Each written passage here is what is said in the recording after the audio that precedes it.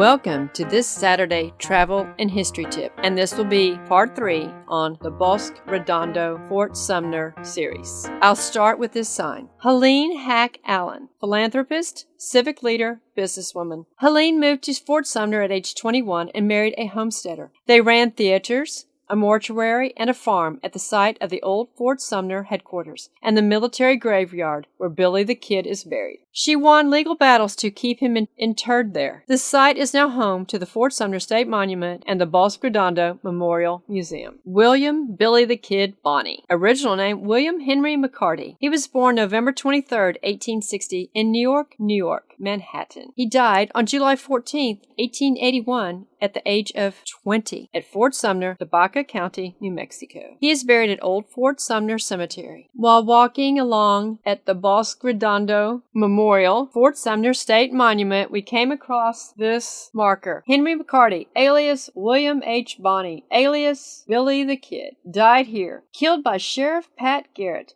July 14th, 1881. A frontier town. During the 1870s and 1880s, Fort Sumner was a small isolated village located near the southern boundary of San Miguel County. The sheriff and his deputies were based in the county seat at Las Vegas, about 120 miles away. That's Las Vegas, New Mexico, not Las Vegas, Nevada. So since they were located 120 miles away, they rarely found sufficient reason to visit Fort Sumner. This isolation attracted drifters and outlaws looking to avoid the law. Billy the Kid and several friends, including Tom Folliard and Charlie Baldry, sought refuge in Fort Sumner after the end of the Lincoln County War. Charlie and his wife Manuela made a home in the old post hospital building, and Billy the Kid was recorded on the 1880 census as part of their Fort Sumner household. Authorities suspected that Billy the Kid and a small group of associates were responsible for much of the cattle rustling problems rampant throughout eastern New Mexico. In fall of 1880, citizens of Lincoln County elected former Fort Sumner resident Patrick F. Garrett as sheriff. Garrett vowed to bring peace to the region, and in December of 1880, he and his posse ambushed Billy the Kid and his friends in Fort Sumner. The posse killed Tom Folliard and tracked the rest of the gang east to Stinking Springs. After surrounding the outlaws, the posse killed Charlie Baldry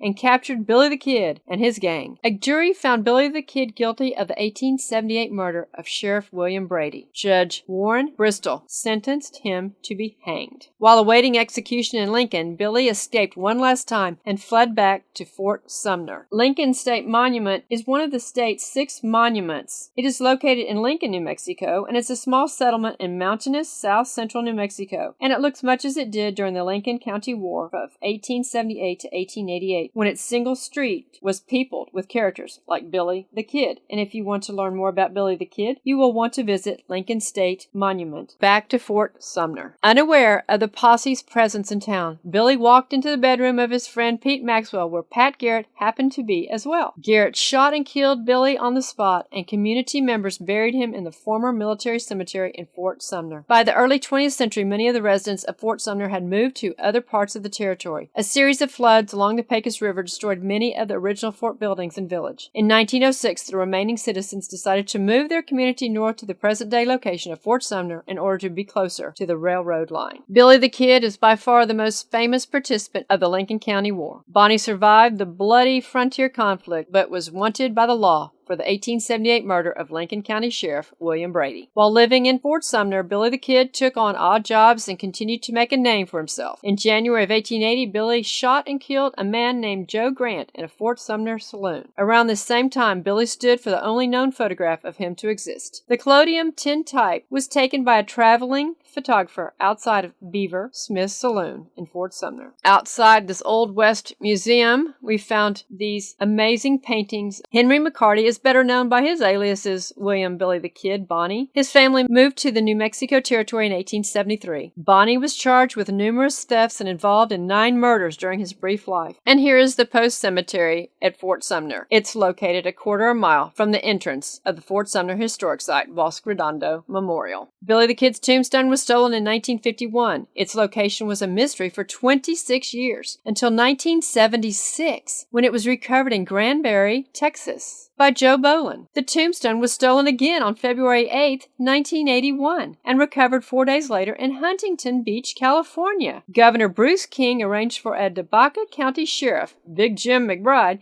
to fly to Los Angeles to retrieve the marker. Chamber officials, along with Jarvis P. Garrett, officially reset the tombstone in iron shackles at Billy's feet on May 30th, 1981. The old Fort Sumner Museum contains historical documents of Billy the Kid and Pat Garrett. And here's Billy's tombstone: Shackled, pals Tom O'Folliard, William H. Bonney, and Charles Baldry. We love walking old cemeteries and reading the tombstones, particularly looking at the dates and often finding comical names. This well-done marker of Lucien Bonaparte Maxwell. I have spoken of Lucien Bonaparte Maxwell in a previous Saturday travel tip when we started this series on the Bosque Redondo. A native of Kaskaskia, Illinois, a fur trader and trapper who by industry, good fortune, and trading became sole owner in 1864 of, get this, the largest single tract of land owned by any one individual in the United States. And no one knows this man's name. And I didn't know his name until I read this sign. Maxwell founded the First National Bank of Santa Fe, New Mexico, and invested $250,000 to help build the Texas Pacific Railroad. Dynamic, charitable, lavish. One of the great builders of the American West. Died in quiet retirement July 25th, 1875, at Fort Sumner, New Mexico. He was born on September 14, 1818. And here's a map of his holdings. The old Fort Sumner Cemetery is purported to be the military cemetery for Fort Sumner. Fort Sumner was deactivated by the U.S. Army in 1869. A year later, the post buildings were sold to Lucien B. Maxwell, one of the largest landowners in New Mexico. Maxwell moved to the area from Colfax County and rebuilt the former officers' quarters into a 20-room Spanish colonial-style house. Maxwell died in 1875. American history.